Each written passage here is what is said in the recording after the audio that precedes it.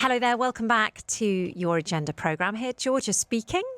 We're going to turn our attention to the topic of home security now. It's one of those things where it's both in the news, but it's also something of a story of my life, because I don't know if you've heard of a game called Ding Dong Ditch.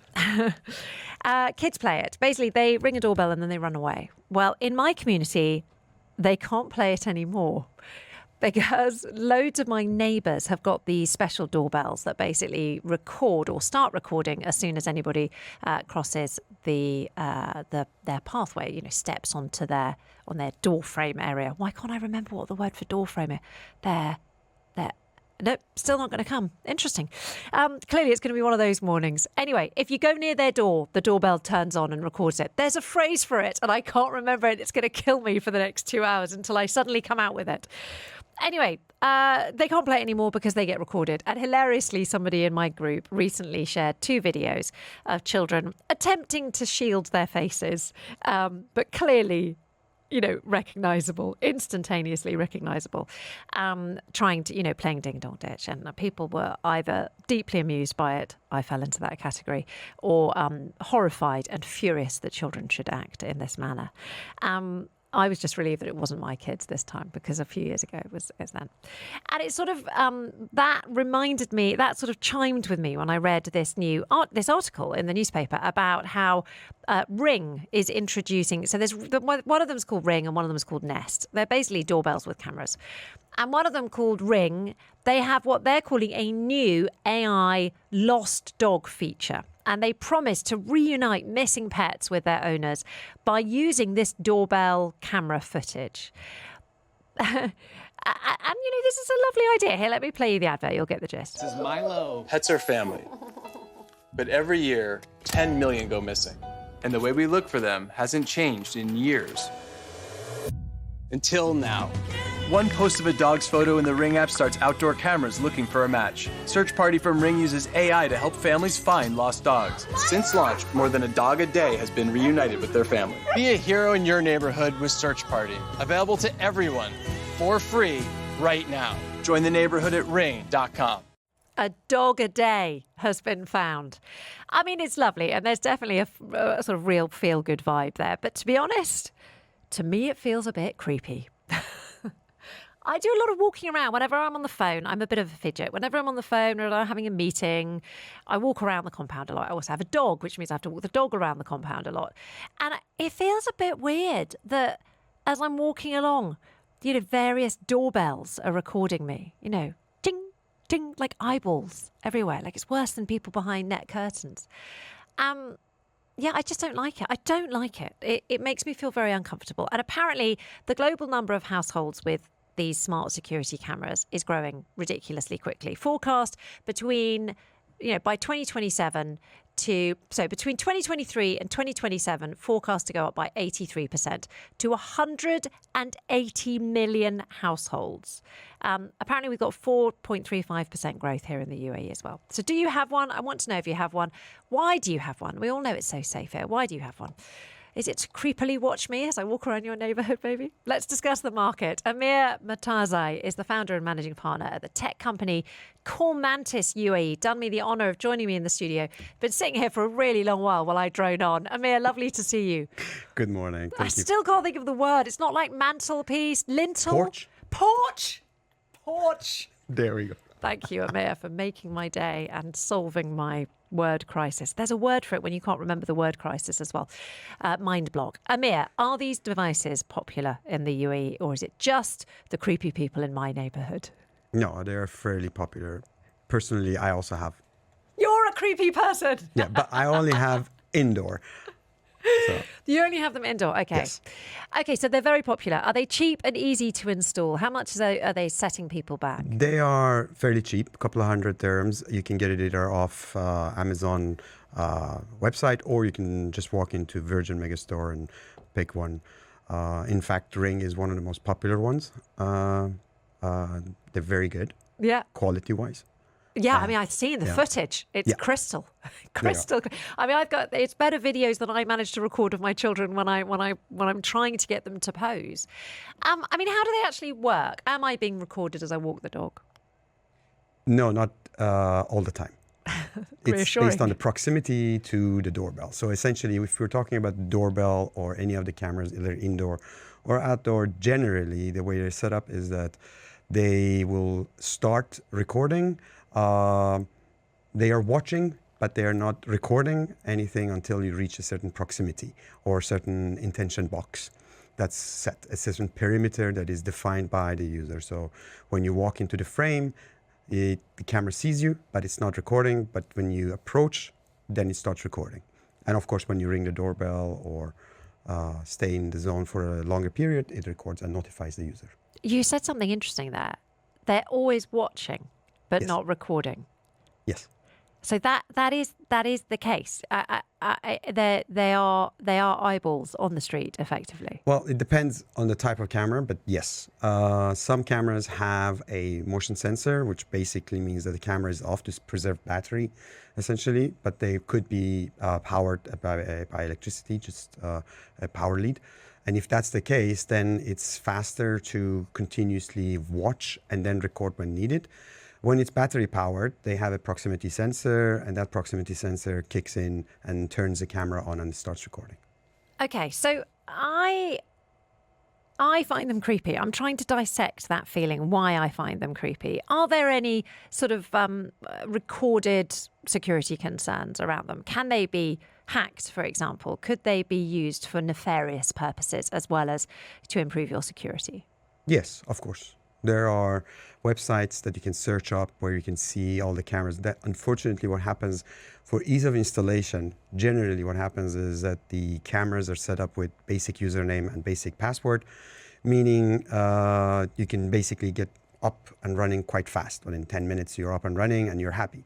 Most users, most owners forget, or even if they don't forget, they use username passwords, which are very, very simple. So there are websites that are basically lurking around, searching, and basically hacking into your camera remotely. I've been reading so many articles recently about. I think the BBC did a really big inquiry about cameras in hotel rooms in China, for example. It was specifically in China, as it happens, and I do just find this trend of hidden cameras, or even visible cameras in this case, really concerning. I think the space for privacy is getting smaller and smaller and smaller, unfortunately. What do you think of this new campaign that we just heard the ad for, the Save the Lost Dog function? It's called Search Party. Search Party. Well, it's not a new thing. It's something that Ring has been working on for a long time. In fact, there was a version of it about 10 years ago, something called a neighborhood watch. The point is basically if one owner, one house has a break-in or a safety concern, the neighborhood, if there are cameras from Ring, would basically be able to share the footage from their cameras with the law enforcement in order to help find the perpetrators. So it's been around. The difference now is that with flock safety, what they're doing is that they're using AI and other types of solutions to identify and look and search, not only within the neighborhood, but also in a wider area. So let's assume that a person does a break-in into a house in JVC, and they got in a car and start driving around, and they end up in the IFC. And so to track and follow this perpetrator, they can basically look at what happened, identify the vehicles, look at the registration number on the vehicle, and then follow that throughout the highway until the final destination. If there are cameras that basically are connected to the flock safety solution, as an example. I mean, I should like that idea, shouldn't I? I should think that's a brilliant idea because it catches criminals.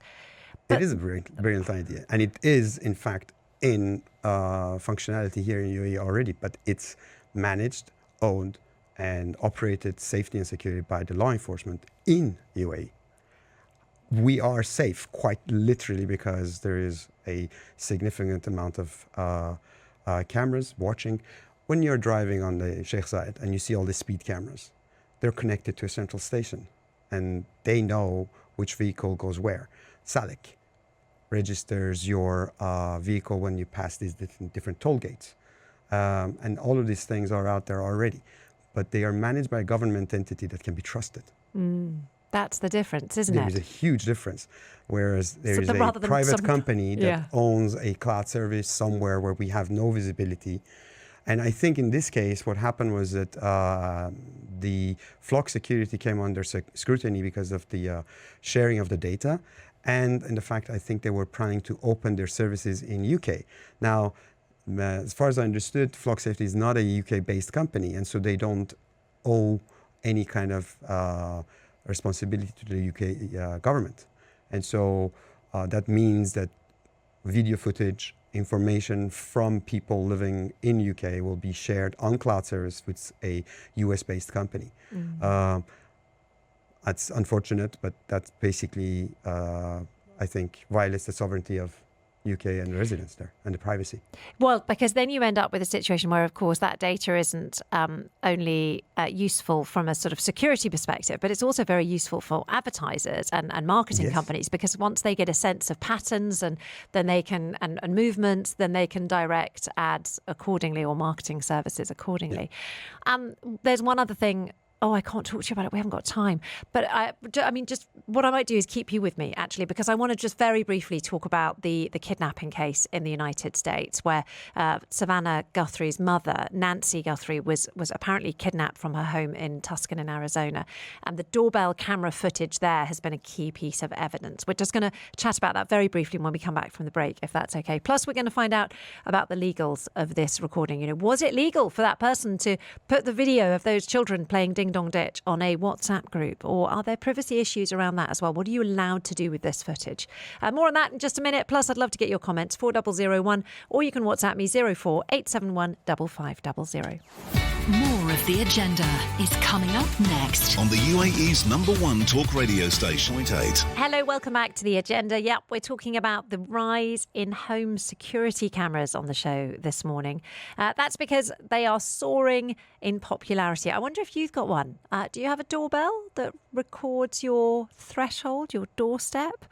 Well, apparently the global number of households with these smart security cameras is forecast to continuously increase between 2023 and 2027 by 83%. They reckon by next year, 180 million households will have them. We're going to look in a few minutes into the rules around their usage, particularly in the UAE. I have Dino Wilkinson, a lawyer and partner at Baker McKenzie, waiting on the line. But I just wanted to double check something with Amir Mortezi first. He's the co-founder and CEO at Cormantis UAE. Amir, we've just been talking about that, you know, how these things work and how many people have got them. And I just wanted to bring up the topic of the kidnapping in America of the TV star Savannah Guthrie's mother, Nancy Guthrie. She still hasn't been found. She was reportedly kidnapped from her home in Tucson, Arizona. And doorbell camera footage has been a really key piece of evidence in their ongoing investigation there. But what's so interesting is that the camera was actually broken, deliberately broken, we think, by the kidnapper. And nevertheless, the FBI managed to get footage of the kidnapper just before he broke the camera. And apparently, and I'm reading off the news here, they did that with technical help from Google and private sector partners. Now, how has that happened? What's the science going on behind that? You know, that the camera was broken and turned off, but they still managed to get the data. Right. So circling back to what I was saying earlier, cameras are generally active all time, but they start recording within a certain proximity. So in this case, most likely what has happened, the camera is live feed and proximity sensor kicked in right before the camera was destroyed. So there is maybe 1 to maybe 3 seconds of footage that could help identify the face or capture the face. And then using software for facial recognition, OCRs and the like, you can quite literally take the image and run it through the databases and eventually find the person. So ultimately, the footage is being stored on a data server somewhere Yes. in the ether. So every time a camera records, it's automatically uploaded. If it's a Ring camera, for example, or a Google camera, Nest camera, they would basically upload either to Google Cloud or Amazon Cloud Services, AWS, and basically will be stored. That's how you as a user can later get access to it if you want to. So you can go back and view what happened. So yeah, it's That's always how it stored, works. Yeah. but not shared. Sharing it is where Flock Security and the like companies alike come in, where they get access to this video footage, raw footage directly from source. Okay, Amir, thank you very much indeed for joining us on the programme today. It's been a pleasure. That's the voice there of Amir Mortezi, who is co-founder and CEO at Cormantis UAE, who are a sort of tech company that cover all sorts of areas, including security.